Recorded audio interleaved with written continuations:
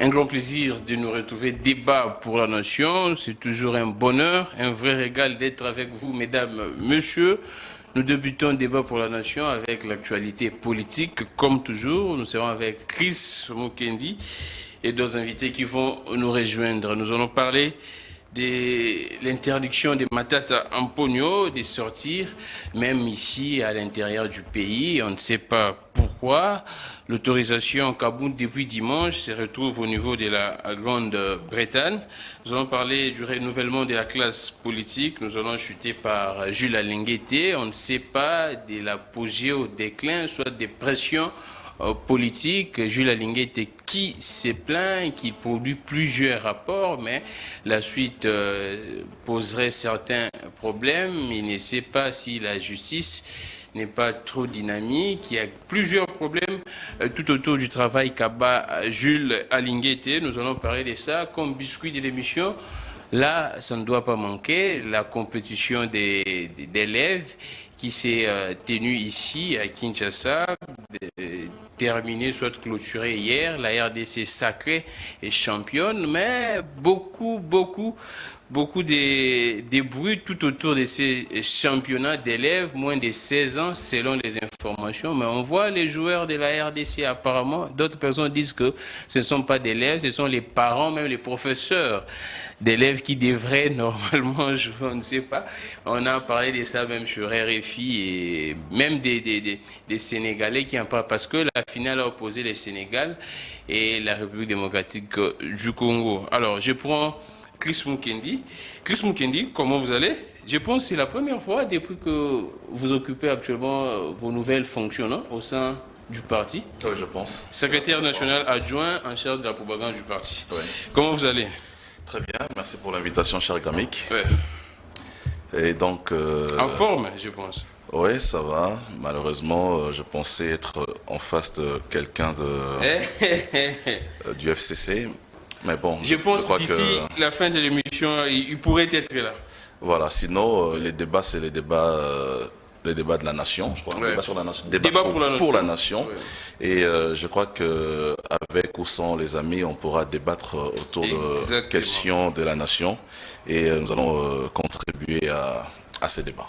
Merci beaucoup, Chris Mukendi. On prend les biscuits. Je pense Fia Lunguel va nous illustrer les images de ces joueurs des Léopards. Pas Léopards, mais les joueurs qui ont représenté la RDC, les élèves qui devaient normalement, c'était un tournoi interscolaire avec d'autres pays. Là, nous voyons l'équipe, les Sénégalais. Là, nous voyons les Congolais. Les images sont là. Et Fia peut nous balancer la deuxième image du joueur qui est sacré meilleur joueur de cette compétition. Il est là, vous le voyez.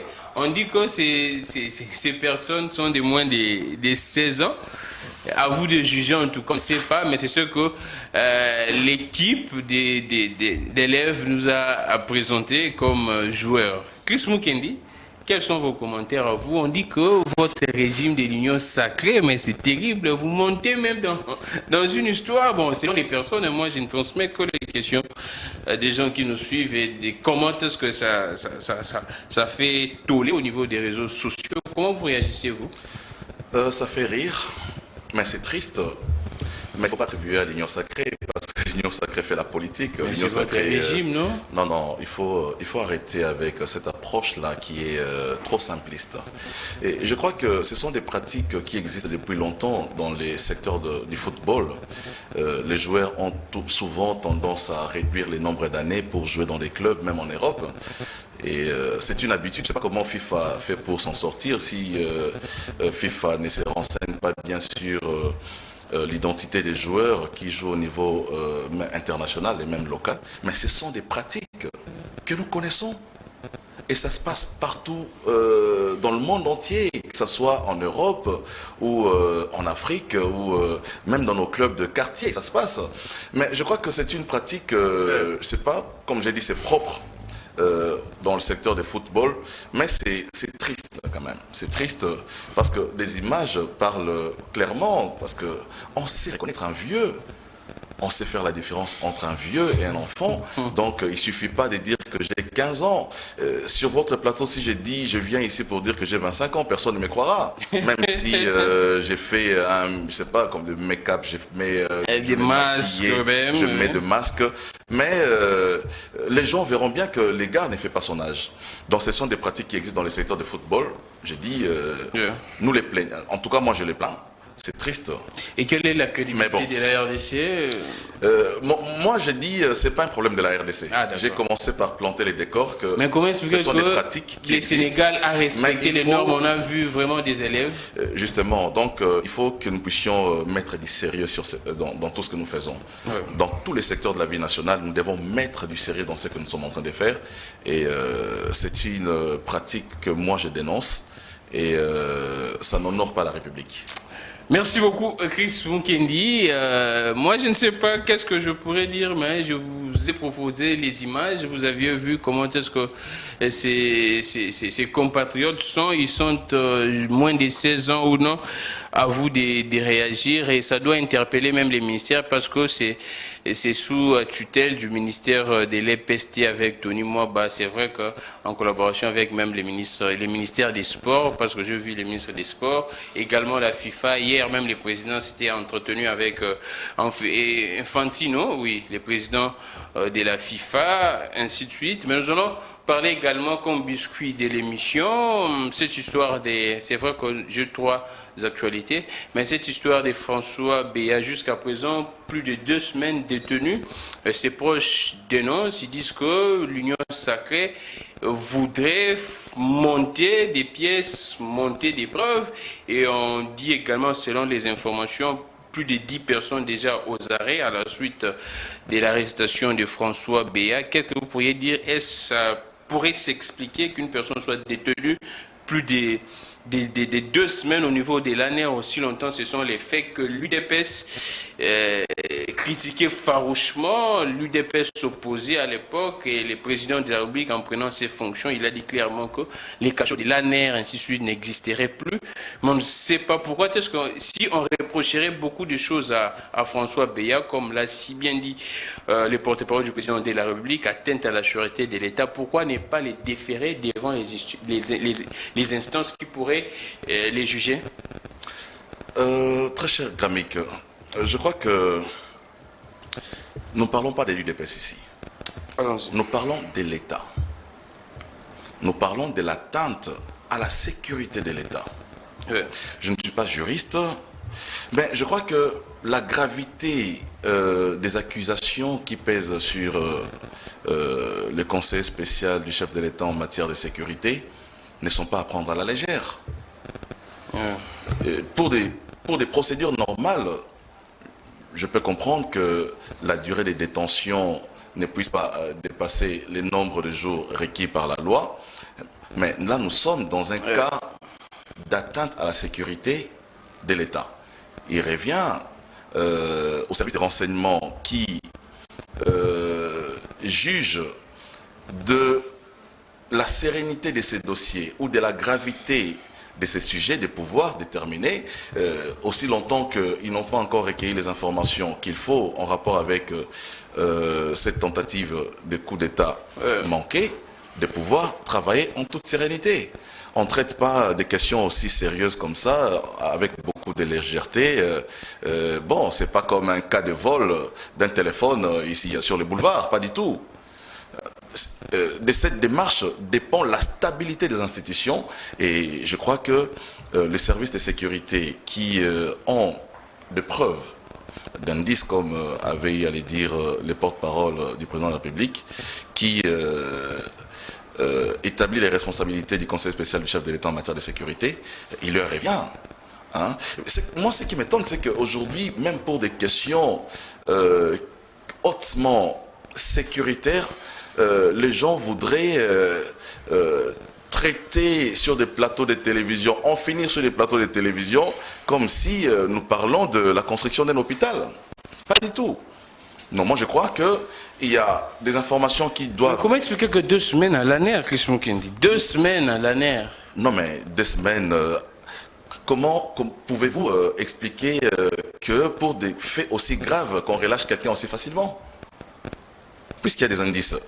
Vous voulez qu'on relâche la personne et qu'ils poursuivent les plans qu'ils ont commencés. Déférer devant les instances, non? Il reviendra. La justice est là. Les avocats sont là, les gens qui sont, comment on les appelle, les activistes des droits de l'homme sont là. Il leur appartient de pouvoir apprécier la gravité des faits en rapport avec la loi, en rapport avec le droit de l'homme, tout ça, pour pouvoir juger l'opportunité aussi. Moi, je ne suis pas spécialiste dans ces domaines, mais je note seulement que les faits pour lesquels on reproche le conseil spécial du chef de l'État sont d'une gravité qu'on ne peut pas les prendre à la légère, parce qu'il en va de l'instabilité de nos institutions. Et qu'on remplace pas désormais la justice. L'ANER ne remplace jamais la justice, pas du tout. C'est ce que je suis en train de dire. Rien ne remplace l'autre, mais le travail qui est fait au niveau de l'ANER, c'est un travail de renseignement. Donc, lorsque ils auront recueilli tous les éléments en rapport aux renseignements, ils pourront établir un procès contre le conseil spécial du chef de l'État. Vous disiez tout à l'heure là que le président avait promis de fermer les cachots de l'ANER. Oui, des cachots clandestins. Là où M. Béa est détenu, ce n'est pas un cachot de l'ANER. Ce sont des services qui sont reconnus de l'ANER. Là, je crois que Georges Kapiamba, qui est un activiste des droits de l'homme, est allé le voir dans les conditions auxquelles il est incarcéré. Je ne pense pas que ce sont des conditions infra-humaines, pas du tout. Donc les cachots clandestins de l'ANER ont été bel et bien fermés et nous sommes dans un régime qui prend l'état des droits et je crois que le droit de messieurs Béa sont garantis au moment opportun lorsque les services de sécurité auront recueilli plus d'éléments en rapport avec ces dossiers, ils pourront juger de l'opportunité de les lâcher ou de les mettre à la disposition de la justice. Vous ne montez pas des scènes, des preuves pour l'inculper? Bon, vous savez, ces genres d'accusations ne peuvent provenir que de personnes qui étaient habituées à monter ce genre de pièces. On nous a dit ici que Armand Tungulu s'est pendu dans sa cellule avec l'oreiller qu'il utilisait, alors que nous savons tous que dans ces pays, les prisonniers n'ont pas d'oreiller. Donc je crois qu'il y a des régimes il y a un régime qui a précédé, qui était spécialisé dans ce genre de montage, et c'est tout à fait normal d'accuser les régimes de Tshisekedi aujourd'hui, parce que lorsque tu es un voleur, tu penses que tout le monde vole comme toi, lorsque tu es un criminel, tu penses que tout le monde est criminel comme toi, et c'est tout à fait normal. Mais je crois que, comme je l'ai dit tout à l'heure, nous sommes aujourd'hui dans un état de droit. On n'a pas intérêt à monter des pièces pour clouer celui qui a été un des premiers collaborateurs du chef de l'État, surtout en matière de sécurité. Merci beaucoup, Chris Mukendi. Comme je disais, plus d'une dizaine d'arrestations signalées depuis l'arrestation de François Béa par l'ANER. Ces arrestations ont eu lieu parmi des hauts gradés de la GR, garde républicaine, et d'autres unités des FRDC, ainsi que des civils, notamment des Congolais et des étrangers, dit les sources de sécurité. Alors, on prend vite fait Chris Mukendi, l'interdiction de Matata Ponyo de sortir, même de se promener dans son pays, à l'intérieur du pays, d'aller. Matata Ponyo devrait s'y rendre depuis les dimanches pour assister aux funérailles de sa sœur. Chris Mukendi, ne fût-ce avant même d'attaquer l'aspect droit ou soit l'aspect politique, ne fût-ce par humanisme. Je ne sais pas, est-ce votre régime est inhumain ou bien votre régime est comment? Ne fût-ce par humanisme, laisser une personne voir sa sœur pour la dernière fois, vous l'empêchez. Avant d'attaquer même l'aspect politique, ne fût-ce par humanisme. Je commence d'abord par présenter les condoléances au sénateur Matata Ponyo, qui, semble-t-il, a perdu... Pas semble-t-il, c'est vrai. Voilà, une de ses sœurs. Je ne connais pas le degré de filiation, je ne connais pas. Donc j'ai appris que c'était sa sœur. Je lui présente mes condoléances. Mais, cher Gramik, nous sommes dans un état de droit.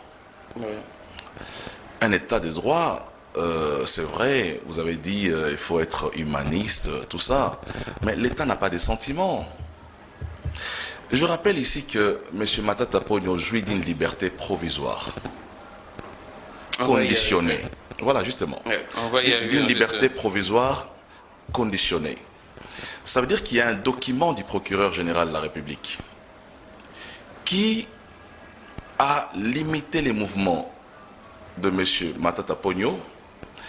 Ce document a été remis à tous les services d'immigration, notamment la DGM, ce qui veut dire que lorsque M. Matata envisage faire un déplacement, même à l'intérieur du pays, il doit, à travers ses avocats conseils, recourir au procureur général pour pouvoir obtenir cette autorisation afin de lui permettre de pouvoir se déplacer à travers la République. Ça, c'est un premier fait. Le deuxième fait, c'est que Matata Ponyo est un sénateur. Aucun sénateur ne peut se déplacer, quitter Kinshasa sans autorisation de sortie du bureau du Sénat.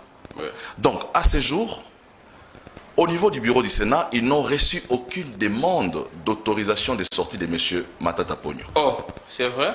Matata Ce n'a qui pas veut écrit. dire, Matata n'a pas écrit au bureau du Sénat pour demander à ce qu'on lui établisse un document, les documents qu'on appelle autorisation de sortie, Ouais. pour lui permettre d'aller à ses deuils.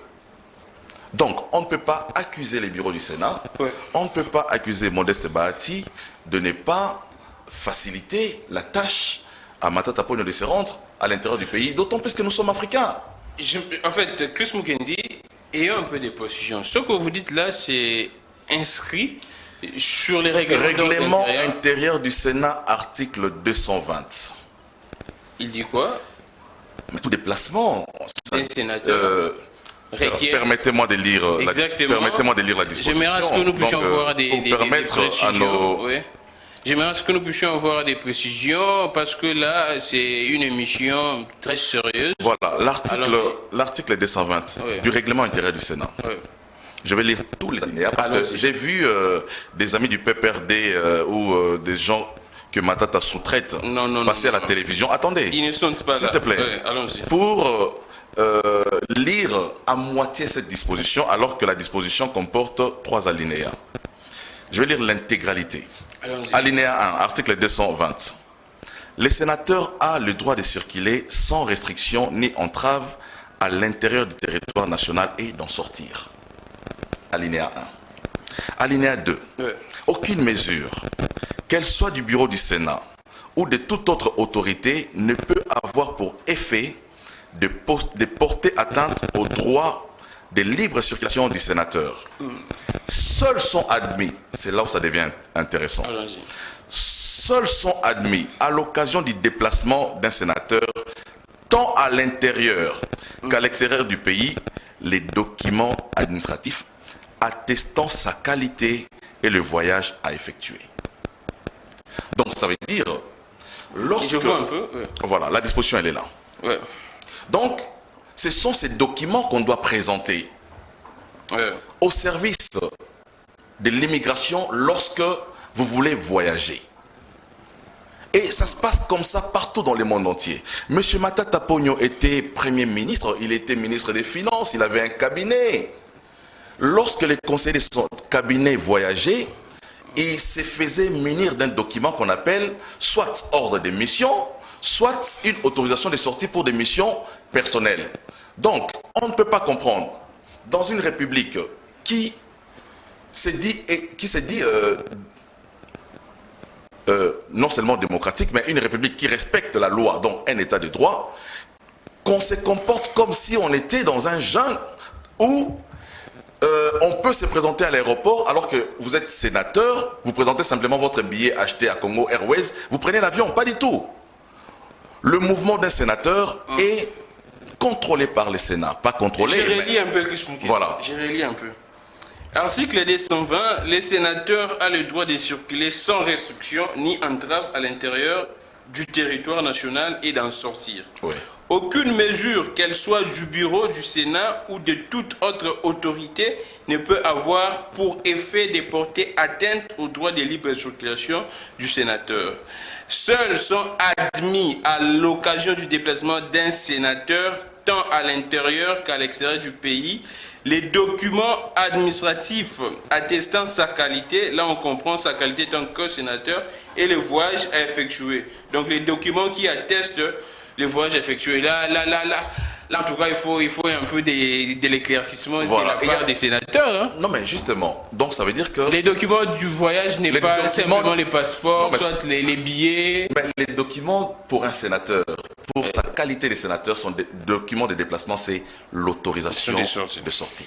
Et M. Matata n'a jamais écrit au bureau du Sénat pour demander... Vous croyez que... Mais j'ai fouillé l'information, j'ai demandé...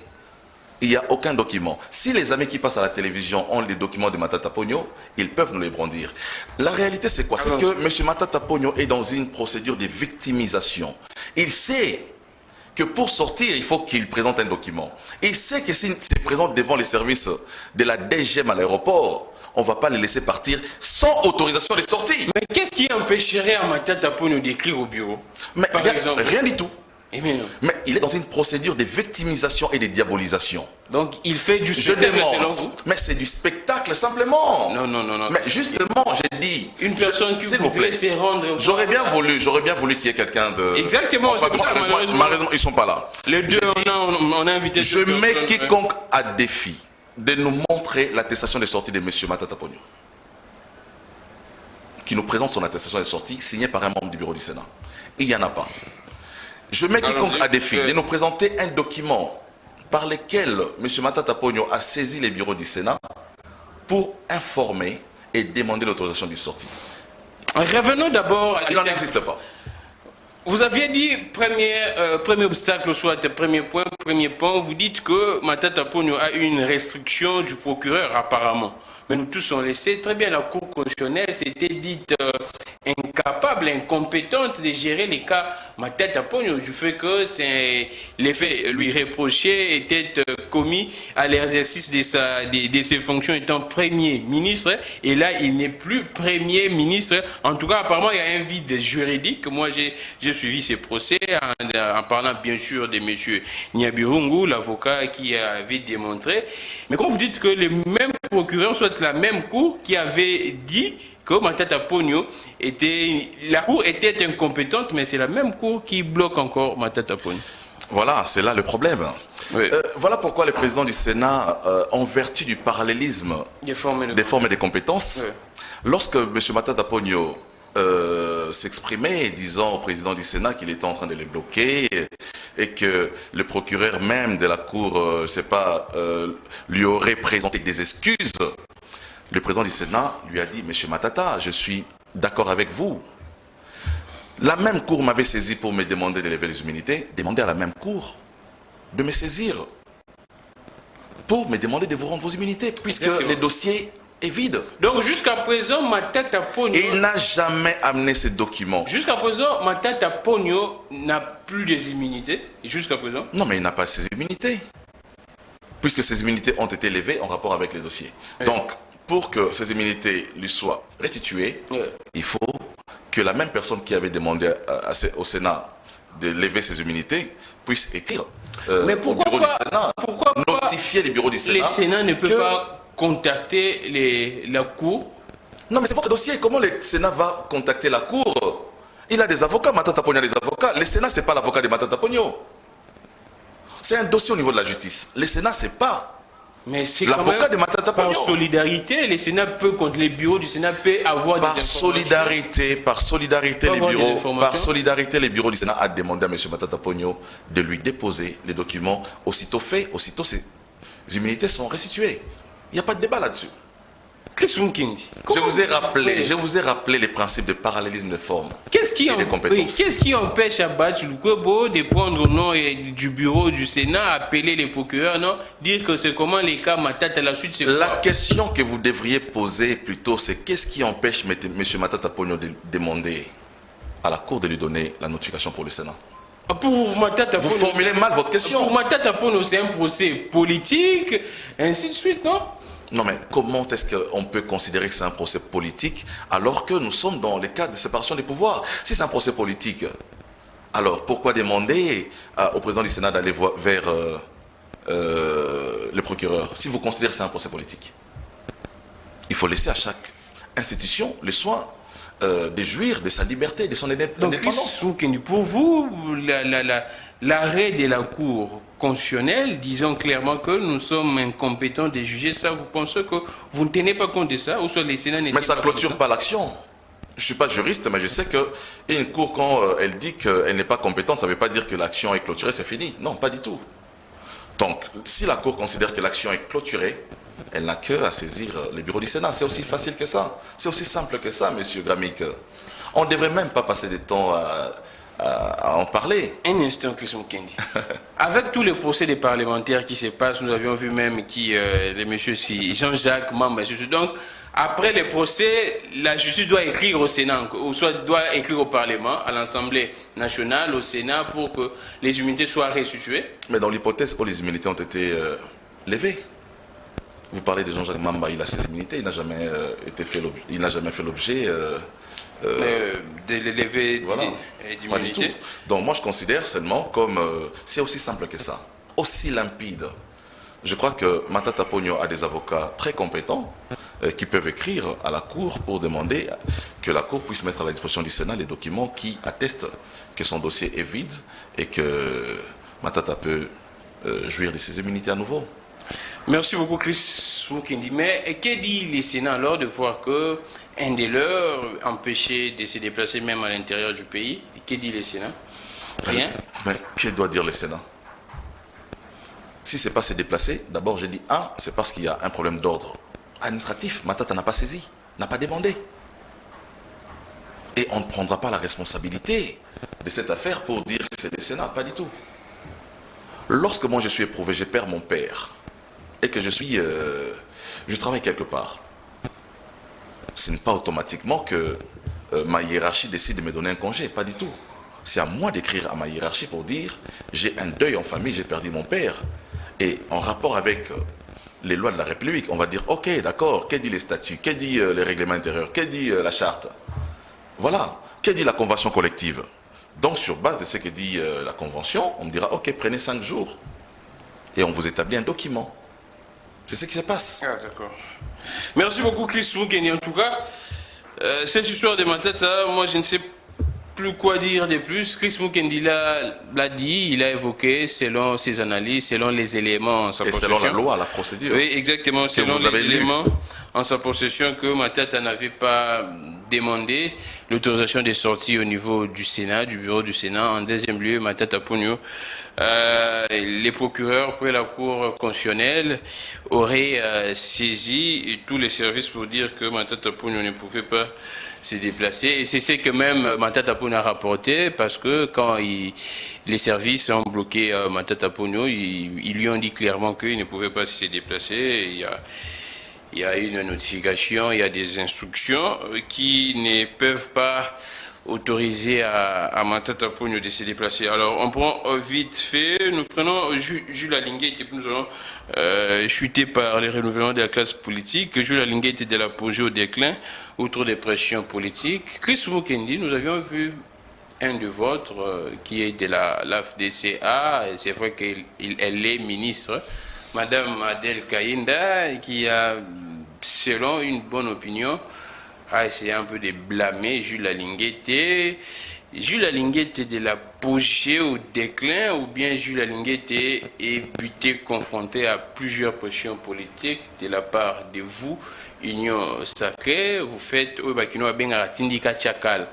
mettez en place une machine pour traquer les détourneurs, mais vous-même, vous mettez des crocs en jambe pour que la machine ne puisse pas bien tourner. Je voudrais, autour de ce sujet, dire que tous ceux qui travaillent pour la vision du chef de l'État devraient appuyer le travail de l'IGF. Tous ceux qui ont adhéré à la vision de l'Union sacrée. Tous ceux qui travaillent à la matérialisation de la vision du chef de l'État devraient travailler en parfaite harmonie avec l'IGF. Je ne voudrais pas prendre des cas précis de ministres, mais seulement j'ai dit, le travail de l'IGF est découragé.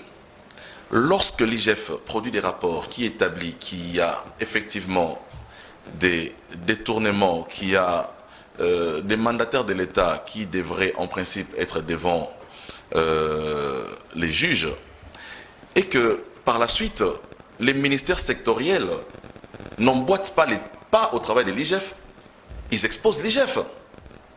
Donc le fait que Adel Kaïnda Je ne a cite bloqué... pas les noms de ministres, je dis simplement Mais c'est clair, non? Il y avait enquête, l'IGF a transmis les rapports au niveau du ministre et la ministre n'a pas sanctionné selon l'IGF. Je parle de manière générale. Allons-y. Donc pour dire que le travail de l'IGF ne doit pas être occulté, qu'aucun ministre ne peut faire obstruction au travail que l'IGF fait parce que ces ministres-là exposeraient l'IGF au mépris, mais aussi le mettraient dans une situation d'insécurité.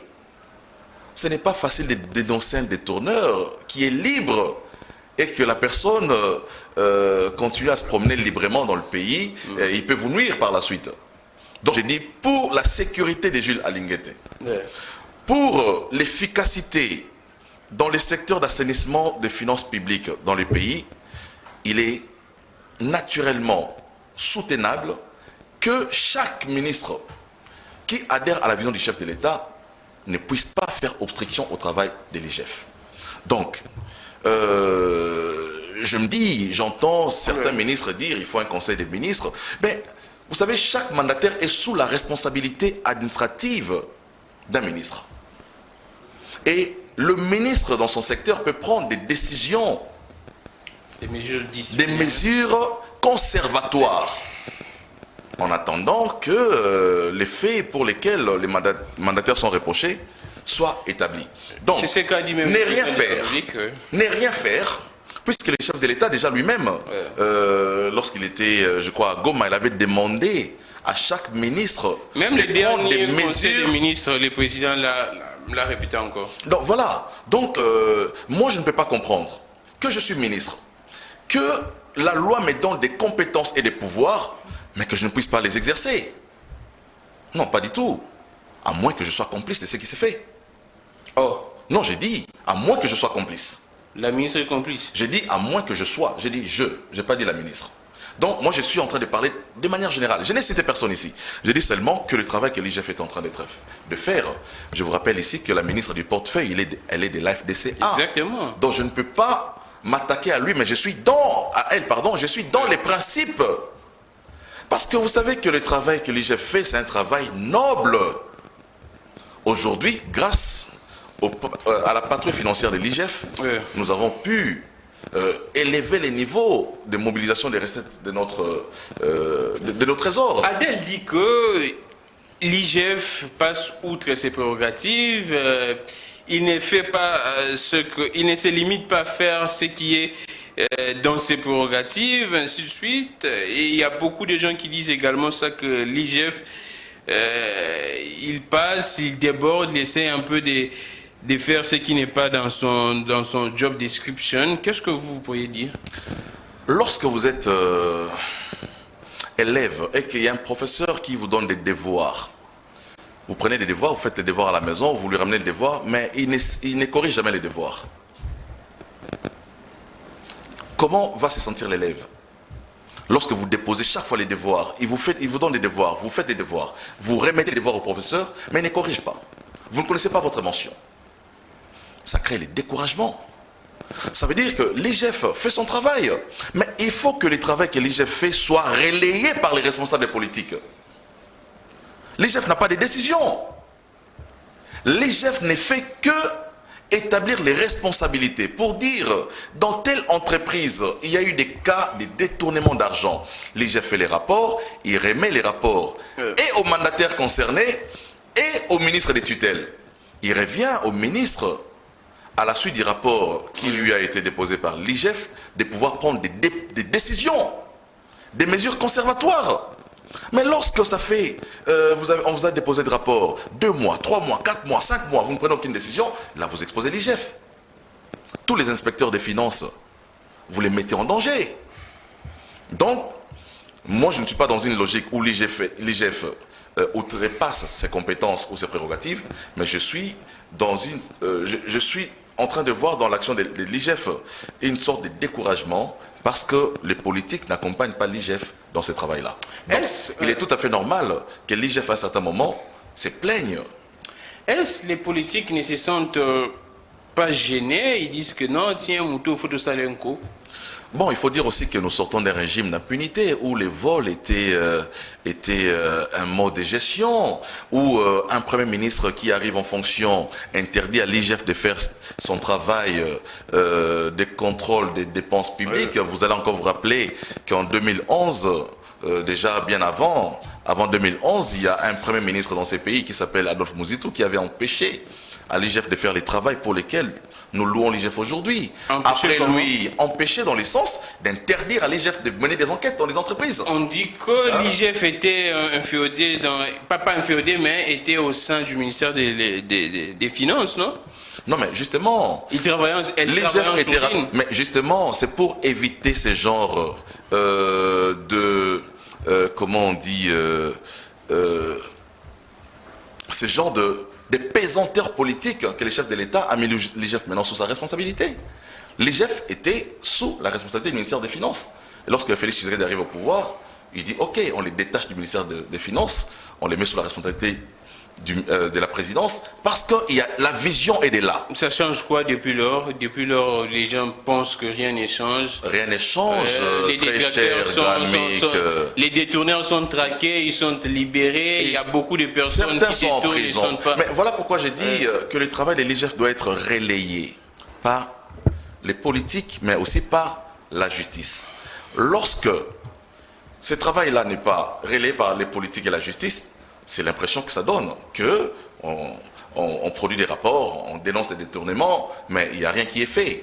Donc l'IGF n'est pas la justice, l'IGF ne peut pas prendre des sanctions contre les mandataires publics, l'IGF se limite à établir les responsabilités, il revient au ministre sectoriel de pouvoir décider sur le sort de ces mandataires. L'IGF dit ceci, plutôt Jules Alingueté, quand on parle de l'IGF, il faut voir directement Jules Alingueté, il dit que nous sommes contraints d'appeler des médiocres excellence, une classe dirigeante corrompue, incapable de résister face au dollar. Et les patrons de l'IGF plaident pour un sursaut patriotique dans l'objet de mettre fin aux antivaleurs. C'est pourquoi on dit qu'il exagère. Comment est-ce que lui, il peut qualifier des gens, des médiocres? C'est le ras-le-bol. Oh, mais il ne peut pas faire ça. Non, mais justement, en fait, c'est un sentiment de ras-le-bol. C'est quelqu'un qui fait son travail. Comme j'ai dit, le ras-le-bol peut être constaté chez un élève aussi. Aux études, je t'ai dit, lorsqu'on vous demande de faire un devoir et que vous remettez votre copie et que le prof ne corrige jamais, c'est les ras-le-bol. Chaque fois qu'il vous demande de faire ce travail-là, vous commencez à vous fatiguer. Donc c'est un sentiment normal de quelqu'un qui fait très bien son travail, mais qui n'est pas accompagné. Donc je comprends qu'il puisse péter les plombs. Hein, je lui en veux pas, moi. C'est un homme d'État, il doit se réserver des Il n'est pas un homme d'État. Les hommes d'État, ce sont des politiques. Lui, c'est un gendarme de nos finances publiques. Mais il occupe les fonctions de l'État, c'est un homme d'État. C'est un gendarme de nos finances publiques. Et il agit bien. Il agit bien. Le fait de dire de qualifier les politiques de médiocres qui ne résistent pas au dollar. Non, mais lorsqu'un politicien ne résiste pas au dollar, c'est un médiocre. Qu'est-ce qui est faux? La présomption d'innocence. Non, là, quand vous dites qu'ils ne résistent pas au dollar, c'est-à-dire qu'ils sont des corrompus. Un politicien, tout politicien, c'est une... qui fléchit genoux devant les espèces sonnantes et trébuchantes et médiocres. Voilà. C'est pas une création, une invention de Jules Alingueté. Chris Mukendi et Jules Alingueté. D'après vous, on doit renforcer l'IGF ou bien on doit... Qu'est-ce qu'on doit faire? Parce que l'opinion constate également la classe politique et actuellement le travail de l'IGF n'est plus efficace comme avant. On doit renforcer l'IGF, on doit faire quoi? Ou soit remplacer même? Le travail de l'IGF est très efficace.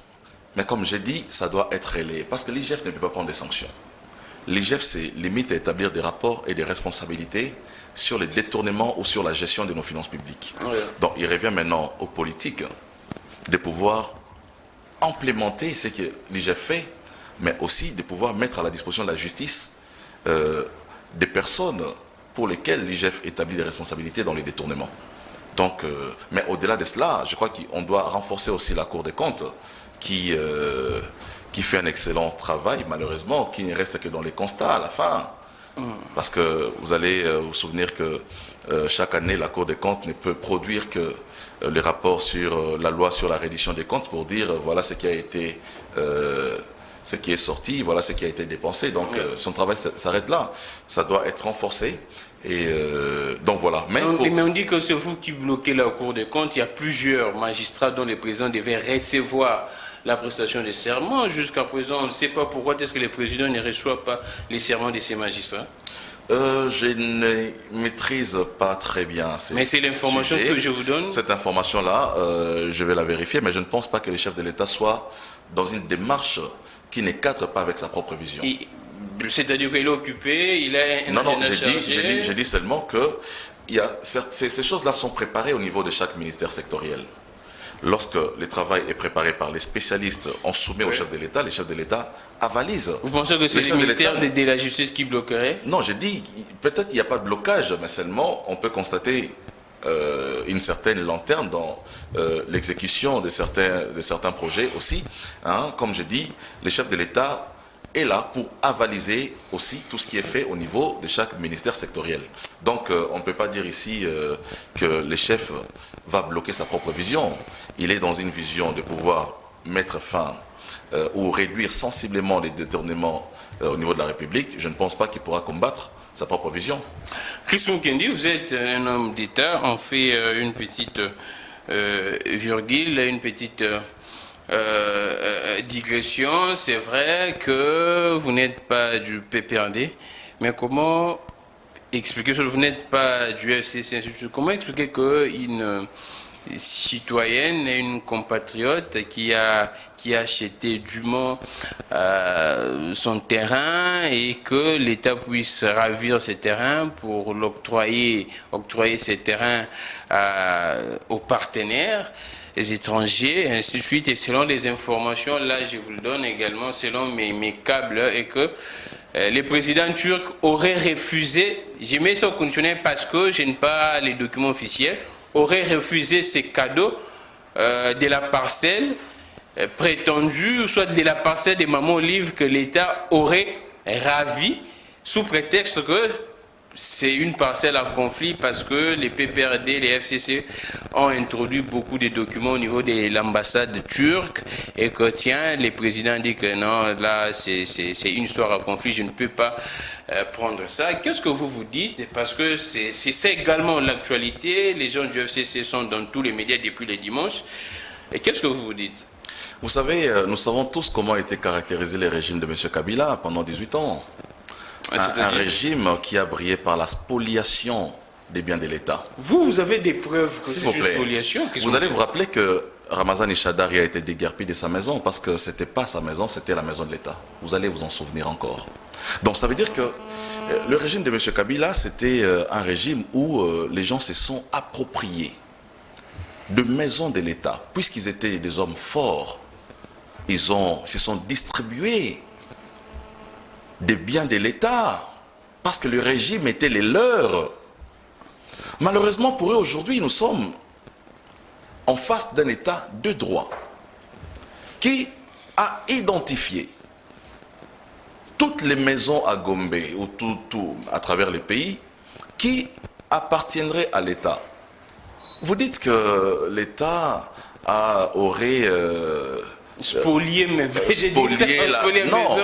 Non, je crois que c'est les régimes passés qui avaient spolié. L'État ne peut pas spolier quelqu'un. L'État ne peut pas spolier quelqu'un.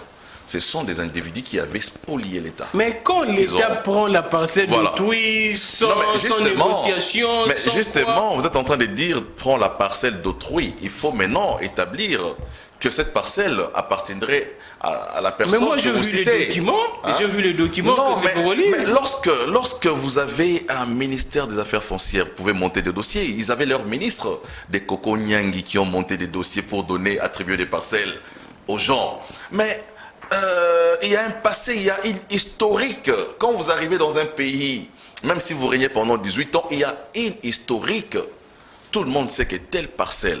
Vous avez vu le cas des dossiers Mokia et Ngouika Sanji. Oui. Hein? Donc, je crois que si la parcelle où cette parcelle appartient à Madame Olive Lembe, et ça lui appartient. Mais si cette parcelle a été spoliée et qu'on les lui est attribuée comme faveur par les régimes, il est clair que dans un état des droits, cette parcelle doit revenir à l'État. C'est clair. Donc, je ne vais pas entrer en profondeur avec ce sujet, mais je constate seulement qu'il y a des gens qui ont profité de leur passage au niveau de l'État pour confisquer les biens de l'État, mais aujourd'hui, c'est bien. Tous ces biens doivent revenir à l'État. Ce n'est pas une humiliation de votre part quand le président turc aurait refusé ces dons de votre part de l'Union sacrée parce que c'est une parcelle à conflit. Je ne suis pas là pour débattre sur de suppositions parce que vous parlez de aurait.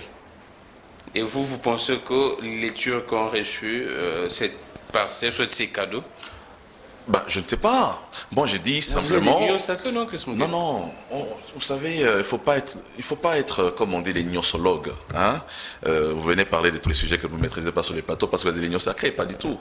Moi, j'ai dit seulement que il est clair que les régimes passés, on a vu des gens qui ont spolié les biens de l'État et qu'aujourd'hui, puisque nous sommes dans un État de droit, tous les biens de l'État doivent revenir à l'État. Voilà. Merci beaucoup, Chris Mukendi. Tous les biens de l'État, mais l'État ne doit pas être... Est-ce que la procédure a été respectée, même les faits, on appelle ça quoi, réaffectation? Oui, parce que quand on désaffecte, c'est-à-dire que l'État vend, mais l'État également vend, non? Vous le savez très bien. Oui, l'État peut vendre ses parcelles. Non, mais il ne faut pas profiter du régime pour spolier. Moi, je suis dans... Est-ce que c'était la vente ou bien est-ce l'État certainement l'État aurait vendu parce que sur base des documents qui circulent et que moi j'ai tenus. Mais ces documents peuvent être créés parce que j'ai dit c'était leur régime.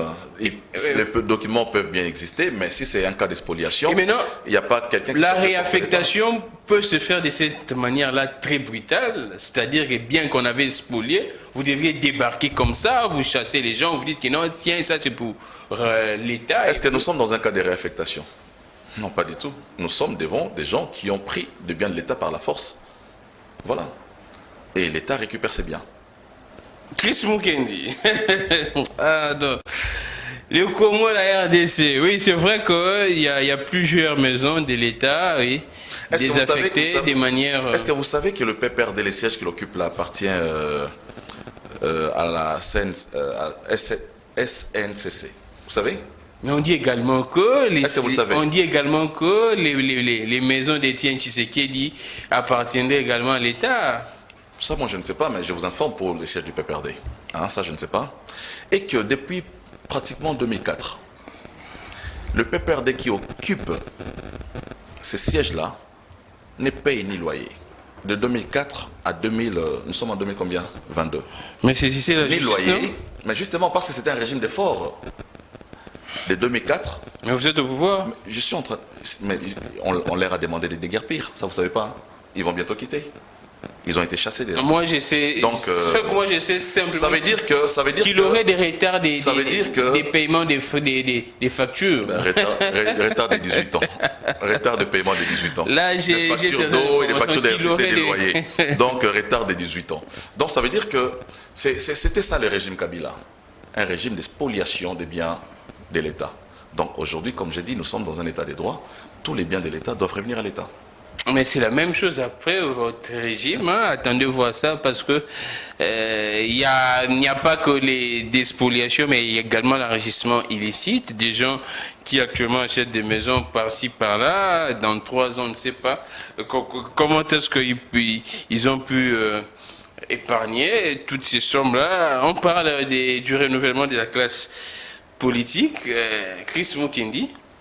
C'est vrai que vous également, là je félicite, mais je profite pour féliciter mon frère Rodrigue Ramazani, qui est également parmi les invités de cette émission, désormais porte-parole de ces partis politiques en vol de délit.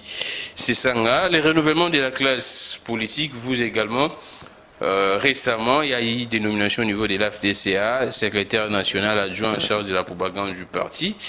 Vous pensez que le renouvellement de la classe politique est maintenant urgent parce que les anciens, les politiciens actuels ont dessus, moins compétents pour développer ces pays? Moi, je suis de ceux qui ont toujours considéré que la classe politique, depuis l'indépendance, a été toujours dirigée par la jeunesse. Depuis l'accession à l'indépendance. En fait, quand on dit les renouvellements, c'est différent du rajeunissement. Hein? Voilà, donc je suis... Justement. Donc, parce qu'on dit, il faut ma vie, il faut que tout soit jeune. Je rappelle ici que lorsque Kabila prend les pouvoirs, il a 29 ans. Ouais. C'est un jeune. Mais entouré avec les vieux, non? Non, il a travaillé avec beaucoup de jeunes. Les vieux également, Mais beaucoup. pour quel résultat? Le problème, c'est les résultats. Nous sommes devant, parce que moi je suis un économiste de formation, nous sommes devant, il faut avoir une gestion axée sur les résultats. Que ce soit un vieux, que ce soit un jeune, que ce soit une maman, la gestion doit être axée sur les résultats. Quels résultats nous avons produits en tant que jeunes? Kassavou, quand il prend les pouvoirs, il n'a pas 40 ans. Mobutu, quand il prend les pouvoirs, il a 35 ans. Mouzé Laurent Désiré Kabila, quand il prend les pouvoirs, il n'a pas 65 ans. Donc ça veut dire que depuis que le Congo existe, le Congo a toujours été conduit par les jeunes. Mais pour quel résultat? Donc, ceux qui considèrent que la classe politique doit être renouvelée, c'est bon, parce que dans cette classe politique, il y a des gens qui ont commencé la politique depuis 1960, je peux comprendre. Mais les renouvellements de la classe politique passent essentiellement par l'urne.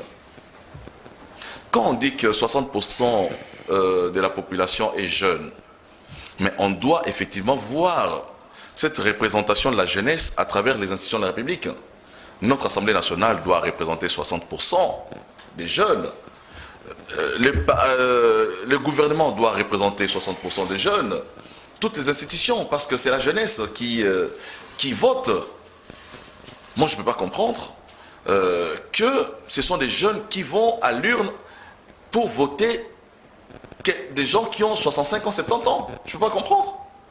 Je ne peux pas comprendre qu'un jeune de 18 ans, 20 ans, vote pour quelqu'un qui a 80 ans. Mais il y a un problème, Chris Mukendi. Comment expliquer? Donc, j'ai dit les renouvellements, pour moi, ça passe. D'abord, je félicite mon ami Rodrigue Ramazani pour sa nomination. Ça passe en interne dans les partis politiques par les positionnements de la jeunesse, mais ça s'est traduit dans les institutions à travers des élections qui sont organisées dans les pays.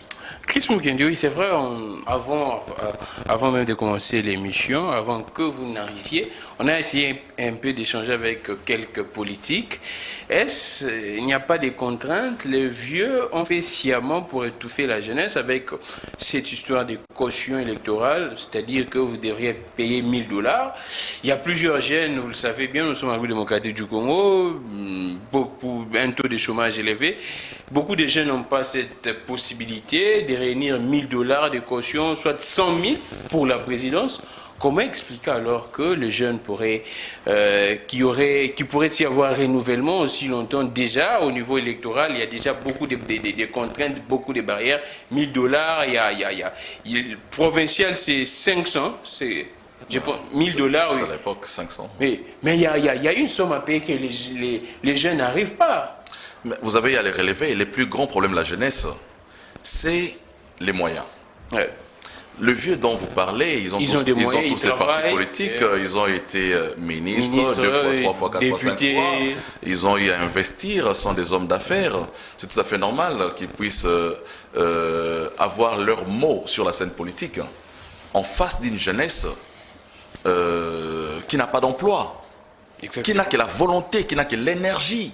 L'intelligence. Mais voilà, vous savez combien de jeunes veulent créer des partis politiques, mais les conditions d'abord pour créer un parti politique, c'est un problème. C'est comme si vous étiez dans cet entretien avec les vieux. Je connais beaucoup de jeunes qui se promènent avec leur projet de création de partis politiques dans les sacs, mais les moyens manquent. On parlait des 6 000 $ pour...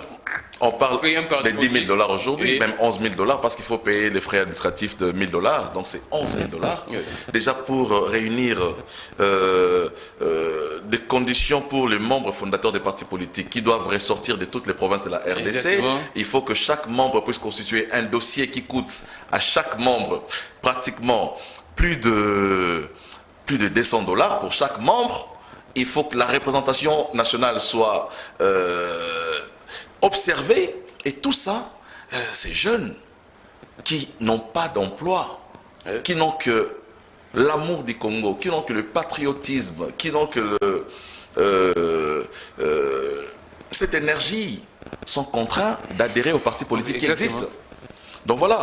Mais moi je pense que le renouvellement de la classe politique, c'est aussi une mentalité. Et notre manière de faire la politique n'est pas hériter des tares de nos vieux. Moi je me suis décidé personnellement de ne pas venir sur le plateau si je sais que le sujet autour duquel on doit s'entretenir est un sujet où je vais mentir. C'est ma manière, je dis non, je ne viens pas sur un plateau de télévision pour raconter de mensonges. Mais il y a des gens qui ont hérité cette manière de faire là, cette nouvelle classe politique, qui va reproduire cette manière de faire. On peut beau avoir une nouvelle classe politique, mais qui reproduit les mêmes erreurs. Et ce n'est pas cette démarche-là auquel nous voulons nous inscrire. Nous voulons une nouvelle classe politique qui est réellement renouvelée d'abord par sa mentalité et puis par sa manière de gouverner. Donc voilà, malheureusement, ces jeunes sont dans ces partis politiques que nous décrions. Chris Mukendi, alors comment pourrait se faire? C'est vrai, même ces jeunes côtoient les bons travaillent avec les doyens, les anciens, les caïmans, ainsi de suite. Une révolution, soit un renouvellement idéologique de la classe politique, parce qu'on sent que, comme venait là de dire Jules Alinguete, une classe politique qui ne résiste pas au dollar, je ne sais pas, oui, les élections pourraient changer, mais un renouvellement idéologique pourrait se faire comment? Une nouvelle idéologie, une nouvelle vision même, aussi longtemps, parce qu'on a des politiciens qui ne sont là que tenter de détourner. Oh, très cher Gramik, la question, elle est intéressante. Mais tout cela sans moyens, vous ne pouvez rien. Vous savez, tous les partis politiques ont de bons projets de société. Allez, c'est ça. Parcourez les projets de société de tous les partis politiques, tous présentent de bons projets. Donc les projets des partis politiques, on dit l'agriculture, c'est la priorité des priorités. Oui, exactement. Dans tous les partis politiques. Mais justement, dans tous les projets de société, l'agriculture, priorité des priorités. Et qu'est-ce qui change en termes de sécurité? Il faut renforcer notre armée. Il faut équiper l'armée. Il faut caserner les militaires. Tous les partis politiques ont repris ça comme un refrain. Il faut extirper les infiltrés. Il faut extirper, comme j'aime bien le dire, sortir tous ceux qui ont des nationalités douteuses de notre armée. Tout ça, ce sont des théories. Mais sur la faisabilité. Filtrer notre armée pour que infiltrer pas le monde. Voilà, donc j'ai dit, on est... qu'est-ce qui change alors? On est dans un déphasage total entre la théorie et notre pratique. Exactement. Qu'est-ce qui fait ça? C'est notre nature, les Congolais. On est comme ça. Vous êtes politique, comme vous êtes là, vous côtoyez des politiciens, des autorités. Qu'est-ce qui fait que, avant le pouvoir, on a un bon projet, mais une fois arrivé au pouvoir, on n'arrive pas à faire... quelles sont les contraintes qui arrivent? Ou bien soit il y a déjà écart que dans l'opposition, les policiers ne savent pas un fossé entre avoir une vision et la pratique sur terrain. Qu'est-ce qui fait que nos politiciens, parce que la population nous suit, elle se demande toutes ces questions, que ces gens, quand ils viennent vers nous, ils ont des bons projets, mais une fois arrivés au pouvoir, ils font autre chose. Moi, je dis que la politique doit être une vocation. C'est lui qui ça suffit? Je crois que ça ne suffit pas. J'étais tenté de dire que c'est un problème d'éducation, mais si j'ai dit que c'est un problème d'éducation, ça veut simplement dire que je vais affirmer que nous sommes tous très mal éduqués. Ça. Parce que tous ceux qui passent par le pouvoir ne ratent pas l'occasion de mettre $100 dans la poche de manière frauduleuse. Vous voyez ceux qui travaillent au niveau de la DGDA, DGI, tout ça. Déjà, quelqu'un, quand on vous paye $1000 et que vous construisez un édifice qui coûte 500 millions, pardon, ça ne peut pas coûter 500 millions, un édifice qui coûte 500 000 $. Vous avez un salaire de $800, mais vous achetez chaque jour des gros cylindrés. Vous avez des maisons à gauche, à droite. Vous êtes un militaire. Votre salaire est connu de tout le monde. Mais vous avez des sociétés d'entreprise, des transports. Vous êtes président des clubs de football. Mais tout le monde sait que vous avez 1000 $ de salaire. Notre constitution a prévu, avant d'entrer en fonction, malheureusement c'est seulement pour les ministres, pour les ministres seulement, de déclarer les biens. Et même les présidents de la République. Mais cette disposition ne dit pas seulement qu'il faut déclarer à l'entrée, mais la disposition dit qu'il faut déclarer aussi à la sortie. Mais dites-moi, qui sont les gens qui ont déclaré leurs biens à la sortie du pouvoir? La Cour constitutionnelle, qui est habilitée à faire ce travail-là, ne le fait pas. Certains, parce que j'ai accompagné un ministre, j'ai reçu l'appel, demander au ministre de passer pour la déclaration de ses biens. J'ai dit au ministre, vous êtes appelé pour aller déclarer vos biens. Mais lorsqu'on quitte, il n'y a pas d'appel. Oh. Il n'y a pas d'appel. Mais donc ça veut dire que vous pourriez en tout cas les faire de manière spontanée. Nous avons des dispositions dans notre constitution qui souffrent parce que elles ne sont pas appliquées. Je me souviens quelqu'un qui entre en fonction, il est locataire. Il est locataire. Il prend un poste au gouvernement, il est locataire. Ouais. Les jours où il quitte le gouvernement, il a des immeubles. Il a des immeubles partout à Kinshasa, partout dans toutes les provinces. Même à l'extérieur du pays. Ça n'inquiète personne. Personne ne pose la question. Mais c'est ça de l'enrichissement illicite. Oui, c'est ça. Oui, c'est vrai, ce que nous sommes en train de parler, la population se pose plusieurs questions là-dessus. Même Yopozo Talangai, so commune ici, parfois, vous pourriez faire la même chose. Faire la même chose, mais malheureusement. C'est ça, mais on ne sait pas à qui faire confiance. Les élections arrivent en 2023. C'est vrai, nous parlons des histoires vraies que vous vous dites à la maison. Les élections arrivent en 2023. Mais l'opinion également se pose des questions. Nani topé sa confiance autour au Chris Mukendi. À qui faire confiance? À qui faire confiance actuellement en 2023? Parce qu'on constate que même les gens qui étaient dans l'opposition hier, au pouvoir, ils font la même chose, même plus que même... Mais vous savez, c'est un risque que la population prend toujours.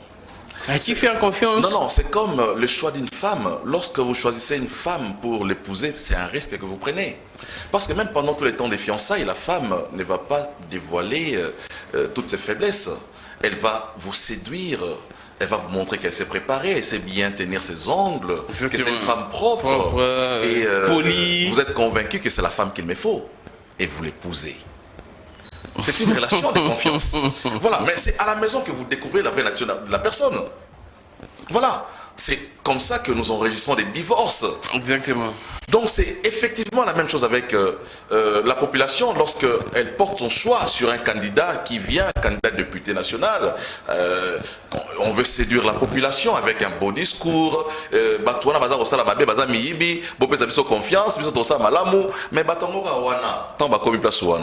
la même chose. Ils reproduisent les mêmes choses. Donc je crois, comme j'ai dit, c'est une relation de confiance, mais on ne peut pas non plus empêcher la population de voter. Voilà, mais il faut apprendre à connaître aussi vos acteurs, hein? Connaître leur vie, savoir comment ils font. Donc voilà, il faut faire des petites investigations sur la personne. Et voilà, mais ça va se répéter, l'histoire se répétera toujours. Mais bon, petit à petit, je crois qu'on pourra tendre vers un développement mental qui permettra à ce qu'on vote effectivement des gens qui impriment une vision qui porte toute la population vers le développement. Merci beaucoup Chris Mukendi. La question qui taraude mon esprit, est-ce que nous ne sommes pas, les termes m'échappent, mais est-ce que nous, voilà, les termes est là, est-ce que nous ne sommes pas condamnés, nous la population congolaise, à vivre avec ces genres de policiers? Parce que ce qui arrive, la population nous suit. Hein. Ce que j'ai dit, c'est ce que la population que ce policier, on ne sait pas. L'IGF est là, comme on venait de parler, mais il y a des gens qui continuent toujours à voler, à piller. Le président, il y a eu ce procès 100 jours, mais on continue toujours à piller. Beaucoup d'histoires en toi. Est-ce qu'ils ne sont pas contraints à faire avec cette classe politique des médiocres, comme a dit Cardinal Mosengo, Alingué te les répète, demain une personne d'autre va répéter. Le président l'a si bien dit à Goma que quand j'étais dans l'opposition, je ne pourrais pas comprendre l'art de voler qui existe dans ces pays, c'est-à-dire qu'une machine vraiment à outrance. Est-ce qu'ils ne sont pas condamnés à vivre avec la classe politique actuelle? Comment est-ce qu'on pourrait déceler les discours, mais même si c'était difficile lors des propagandes, mais comment est-ce qu'on peut déceler que non, tiens, au Penaza Mouyibi? Je dis déjà que ce n'est pas une fatalité. La situation que nous vivons, ce n'est pas une fatalité. Il y a des bons Congolais. Il ne faut pas dire que tous les Congolais sont médiocres. Non, il y a des bons Congolais. Ils sont où? C'est ça la question. Ils sont là, il faut les trouver. Ils sont là, les bons Congolais sont là. Des Congolais très éduqués qui ont l'amour du pays, ils sont là. Seulement notre scène politique est infiltrée par des opportunistes. C'est ça le plus. Vous savez, le vrai problème c'est quoi? C'est que là, c'est les termes même. Pendant tous les temps des régimes qui se sont succédés, depuis Mobutu, tout ça, on a laissé croire à la population que la meilleure manière de devenir riche dans le pays, c'est de faire la politique. Et on a négligé d'autres secteurs de la vie nationale. Mais je crois que si nous commençons à réhabiliter chaque secteur de la vie nationale, que l'enseignant là où il est très bien pris en charge par l'État. Le médecin est bien pris en charge. Je crois qu'on va commencer à réduire sensiblement le nombre de politiciens opportunistes, mais aussi c'est en instaurant les SMIC dans les pays. Lorsque nous avons les SMIC dans les pays et que nous avons un salaire minimum interprofessionnel garanti, ça permet à ce que chacun là où il est, il dit bon ok, avec ce que je gagne. Mais c'est lui qui va faire ça, c'est l'opportuniste, et là que vous dénoncez ici. Non, j'ai dit maintenant les opportunistes vont se dire ok, je suis allé en politique parce que mon domaine là était négligé. Chacun va retourner dans son domaine pour dire ok, moi je suis architecte. J'ai beaucoup de marchés et je me concentre sur l'architecture. D'autres vont dire moi je suis mécène de musique. Aujourd'hui l'Assemblée nationale est pleine de mécènes de musique. Exactement. Mécènes, des gens, des mécènes culturels, mais qui sont devenus des politiciens. Des gens passent par Boaka Nzembo, Yakingandi. Voilà, et ils ont profité du fait que leurs noms sont restés dans la tête des Congolais. Exactement. Pour aller en campagne. Oui, c'est ça. Aujourd'hui, nous tous aussi, on cherche maintenant sur la musique. J'ai dit, bon, ok, Héritier Wata, Neni, album Ebima, faut boire un gâtier. Tout ça, maintenant, nous commençons à faire ça. Pourquoi? Parce que la population congolaise consomme tellement la musique et retient les chansons et retient les noms qui sont cités dans les chansons. C'est plus facile quand on dit Jean-Marie Lukulassi. Et il y a des madames. Quand tu entends seulement les noms, tu dis tu as un danger.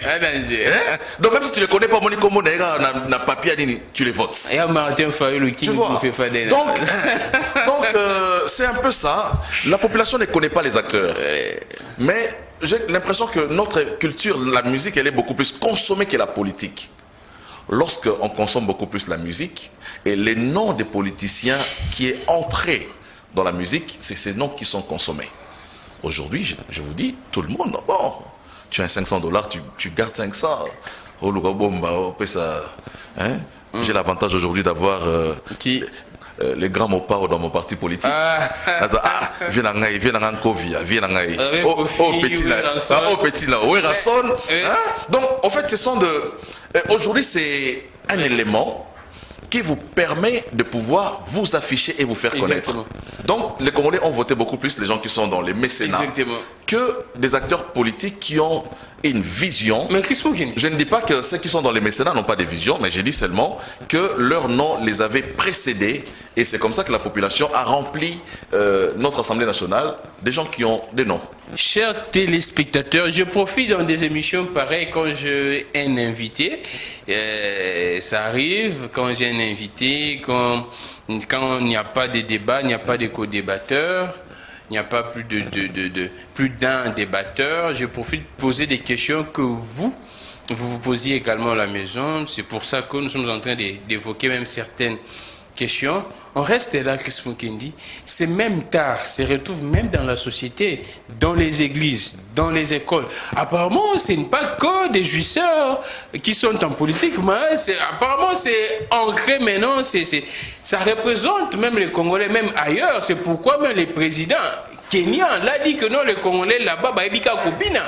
Parce qu'apparemment, ces terres se retrouvent dans toute la société. Vous allez dans les universités, là où c'est un lieu sacré, un lieu de connaissance, vous avez des mêmes bêtises. Vous allez à l'église même, des mêmes bêtises. On voit tout ce qui se passe avec des Denis Lessi, ainsi de suite. Ils sont plusieurs en tout cas. Je crois que nos institutions sont le produit de notre société. Voilà, vous l'avez dit. Je l'ai dit en des termes beaucoup plus simples. Nous sommes tous les produits de notre société. C'est comme ça que le gouvernement a la responsabilité de travailler sur la société. Parce que c'est cette société qui va produire des bons cadres pour la République demain. D'où il faut commencer à la base. Et je salue l'initiative de la gratuité de l'enseignement. Parce qu'un pays qui est rempli des analphabètes, lorsque vous êtes dans un pays où le taux d'analphabète est de 50%, j'ai toujours considéré que les embouteillages sur la route, c'est la conséquence des gens qui n'ont pas bien étudié. Exactement. C'est ce que moi j'ai toujours considéré. Des petites discussions inutiles. Mais... Si on commençait à imposer à chaque chauffeur de taxi d'avoir au minimum un titre de diplôme d'État, ça veut dire que nos chauffeurs de taxi sont des gens qui ont été à l'école, qui ont un minimum d'éducation, un minimum d'instruction. Ils ne se comporteraient pas comme ils se comportent sur la route. Non, voyez notre route, quand vous voyez la manière dont nous roulons, vous comprenez comment nous fonctionnons. Seulement sur la route. Vous êtes là, quelqu'un vient et puis il vous défonce à côté Liboso. Donc, tout ça, c'est la conséquence d'une société où le taux d'analphabète est très élevé. Donc, j'ai dit, il faut que le gouvernement puisse investir dans l'éducation et dans l'encadrement de la jeunesse qui, comme on dit, c'est l'espoir de demain. Mais lorsque cet espoir de demain n'est pas encadré, ça sera un espoir déçu. Nous tendons vers la fin de l'émission, mais je vous donne une illustration, chers téléspectateurs. Je sais que vous devenez de plus en plus nombreux à suivre cette émission. Ça me va droit au cœur quand vous m'appelez, quand vous m'interpellez. Même Nanzela, Banaya Kingasani, na pesi binombote no lobo na lingala. J'ai appris hier. Bobenga inga mena kutana pena moko na bino na nzela telemisi ngai ayisinga na kinga sento na ko pene ngulu pa bato et ça nga bena pesi bino mbote. Mais Chris Mukendi, illustration simple parce que ba congolais balanda la musique vraiment. Il y a une émission de Fally Ipupa enregistrée cette fête avec Nati Lokole, juste pour une petite histoire. Fally dit que non, citez-moi 2 Congolais qui pourraient jouer à la CAN si ce n'était pas moi. Mais et ça, il débat il y a 1 mois. Juste pour se donner une bêtise, et comme il débat, soit un autre problème, c'est Wera s'est dit, je suis le formateur, Kofi Aboyango, et ça, il débat, regardez un peu un peuple comme ça. Je ne sais pas, un peuple comme ça. Voilà pourquoi moi j'aime Pour des bêtises. Voilà pourquoi j'aime Jibem Piana, Motopamba. Pour des bêtises. Motopamba. Donc ça veut dire seulement que nous aimons la polémique. Les Congolais, on aime la polémique. C'est ça, pour des bêtises, des gens ça ne pour rien. Voilà, comme je disais, nous sommes le fruit de notre société. C'est comme ça que nous sommes. Mais comme je dis, il faut travailler sur l'encadrement des générations futures. Parce que nous sommes déjà une génération irrécupérable. Ouais. Parce qu'à cet âge-là, exactement. On est... Le troisième élément, c'est l'histoire ici des passeports diplomatiques. On est irrécupérable. Je sais pas. Hein? Et notre génération doit disparaître. Et espérer à une nouvelle génération. Là, c'est intéressant. Non, mais justement, notre génération est appelée à disparaître pour produire une nouvelle classe politique, de nouveaux citoyens. Mais les nouveaux citoyens, c'est travail aujourd'hui. C'est comme ça que je disais, moi je soutiens l'initiative de la gratuité. Oui. Mais sinon, lorsque nous ne soutenons pas la gratuité, nous allons produire des bouquets de choux dans toute la République. Oh, laissez-les. Non, mais c'est pas faux. Non, mais justement, il faut éviter de produire. Je ne suis pas contre notre compatriote, mais on risque. Son combat, c'est. Je suis au-delà du combat. Ah, d'accord. Moi, je suis au-delà du combat des bouquets de choux. Je n'entre même pas dans son combat. Je dis seulement que nous risquons d'avoir des bouquets choutisés. On dit quoi? Bouquets choutisés. La société. La société. Et ça sera notre disparition à nous tous. Il va te répondre, attention avec quelqu'un. Alors, on finit. J'ai pris cette initiative. Il y a une affaire qui touche la société, je dois le dire. C'est vrai que ça a plus de l'impact au niveau des réseaux sociaux, mais comme cette émission est suivie également en ligne, abonnez-vous massivement Peter Tiani RDC. On doit essayer un peu fleurer là-dessus avec Chris Mukendi. Hier, j'ai parlé de ça. Les phénomènes dealeuses, Chris Mukendi. Qu'est-ce que vous pourriez dire à nos jeunes filles qui nous suivent, à nos dames, qui, selon les informations qui circulent, ça donne avec des chiens, des chats, ainsi de suite pour l'argent. Il y a certaines personnes qui parlaient de la pauvreté, d'autres la sorcellerie, les envoûtements, d'autres par effet des modes, ainsi de suite. Quel est le message que vous pourriez porter à l'égard de nos mamans, de nos sœurs? On parle même des femmes mariées qui également se retrouvent dans ça. Dire d'abord que c'est la pauvreté, c'est faux, c'est un prétexte. Parce que ce sont des pratiques qui sont importées. Qui sont importées. Ce sont des pratiques qui sont importées. Ce sont des pratiques qui viennent d'ailleurs. Le problème du Congolais, c'est que les Congolais copient tout. Et copient mal. On copie tout et on copie mal. C'est ça les Congolais. Voilà. Donc, je crois que c'est de la responsabilité de chacun. Parce que là où ce sont des pratiques qui se font en cachette. Exactement. Ça ne se fait pas... sur le toit où tout le monde peut voir. Mais ces histoires ont des conséquences sur la société. Justement, nous ne pouvons que condamner. Et voilà, mais il faut aussi, au-delà de la condamnation, établir des principes de loi. Exactement. Des lois. Les présidents il faut faire des lois. A évoqué cette histoire des réseaux sociaux. Interdisent. Hein, comme j'ai dit, ce sont des pratiques qui sont... importées, surtout avec les réseaux sociaux, parce qu'on sollicite également ces filles à travers les réseaux sociaux. Ben justement, mais moi combien de fois j'ai été sollicité dans Facebook? Oh. Mais oui, on vous écrit pour... Et vous également. Mais même des hommes vous écrivent inbox. Oui. Mais ça dépend de la manière dont vous les gérez, parce que ce sont des choses qui ne se passent pas publiquement. On vous écrit en privé. Une fille vous écrit, est-ce que ça vous tenterait d'avoir des relations avec 3 filles, 4 filles? Oui. Ben voilà. Mais j'ai dit, ce sont des choses qui se passent en cachette. Donc il faut, au-delà de ces pratiques-là, il faut que la loi suive. Il faut faire des lois. Okay. Nous avons des députés qui peuvent faire des lois. Par exemple, parce qu'ils ne vont même pas les faire dans les hôtels, parce que dans les hôtels, déjà, on interdit à ce qu'il y ait plus de 2 personnes dans une chambre d'hôtel, et surtout des personnes de même sexe. Femme, vous n'entrez pas dans une chambre d'hôtel. Homme, vous n'entrez pas dans une chambre d'hôtel. Voilà. Donc il faut faire des lois dans ce sens-là pour restreindre un peu cette liberté que les gens ont aujourd'hui de pouvoir aller au-delà. Donc, mais j'ai dit, au-delà de tout cela, c'est l'éducation. La pauvreté, je ne pense pas. C'est un prétexte. Ça peut passer aussi. Mais tous ceux qui sont dans la pauvreté n'ont pas perdu leur noblesse, n'ont pas perdu leur éducation. Hein? Je crois que c'est un problème individuel et que chacun est responsable de son destin et de sa vie. Merci beaucoup Chris Mukendi, c'en est fini pour aujourd'hui. Nous avions parlé de beaucoup de sujets avec Chris Mukendi. On profite quand il y a un seul invité de prendre beaucoup d'autres actualités et qui est lié même à la société. On a parlé de ça. Merci beaucoup à Belgodor, Louison, Fia Lungela. Il y a Joe, on doit se le dire, Bandeko Nangai, il y a Mibali ne Abasi. Toluka mbongo na ndenge longo bani toti kape bilanda landa oyo ya malamu iza oyo batu basala ko biso tuto yebi oyo batu tu bakomisa ngo norme bakomisa ngo loi yango wana ndi oyo ya malamu oyo batu basala na nkuku Non, on a lingala pour que vous puissiez comprendre. Oh là, ça, on a un coucou, comme il y a moins secte, moroboy, et zalaka ya mabe. Oh, ya malam, bah, ça, là, on a des différents, on a des textes, on a des églises, ainsi de suite. Mais oh, ya un coucou, en tout cas, ce n'est pas beau. Kaka yo zalaka na téléphone, kaka, il y a iPhone 13 Pro Max, blog, makasi, wana. Aussi longtemps, tu ne travailles même pas au Vandika Nanda, et puis, demain, tu vas te faire appeler influenceur, influenceuse, ainsi de suite.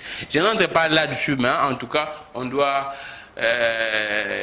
marteler là-dessus pour les biens du pays, parce que les conséquences, c'est la nation qui subit et les enfants, ainsi de suite. Merci beaucoup à Chris Mukendi, il est secrétaire national adjoint en charge de la propagande au niveau de l'AFDC, également membre très influent au niveau de l'aire structure des communicateurs de l'Union Sacrée. Merci beaucoup à vous tous.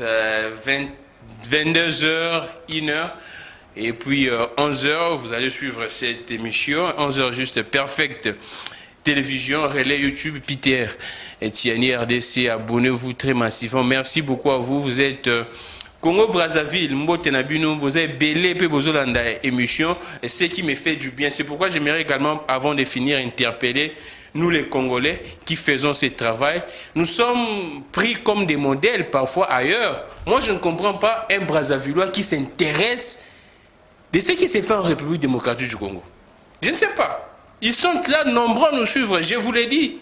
Nombreux à nous suivre. Donc, apparemment, nous avons quelque chose que nos pères africains trouvent d'importance ou trouvent de mieux en nous. Mais faisons-les bien. Faisons-les bien en tout cas. C'est pour l'honneur de la République démocratique du Congo. Je suis Glamic Legrand, qui est le Dieu de toutes les inspirations. Continue de nous inspirer et de vous inspirer également. Au revoir.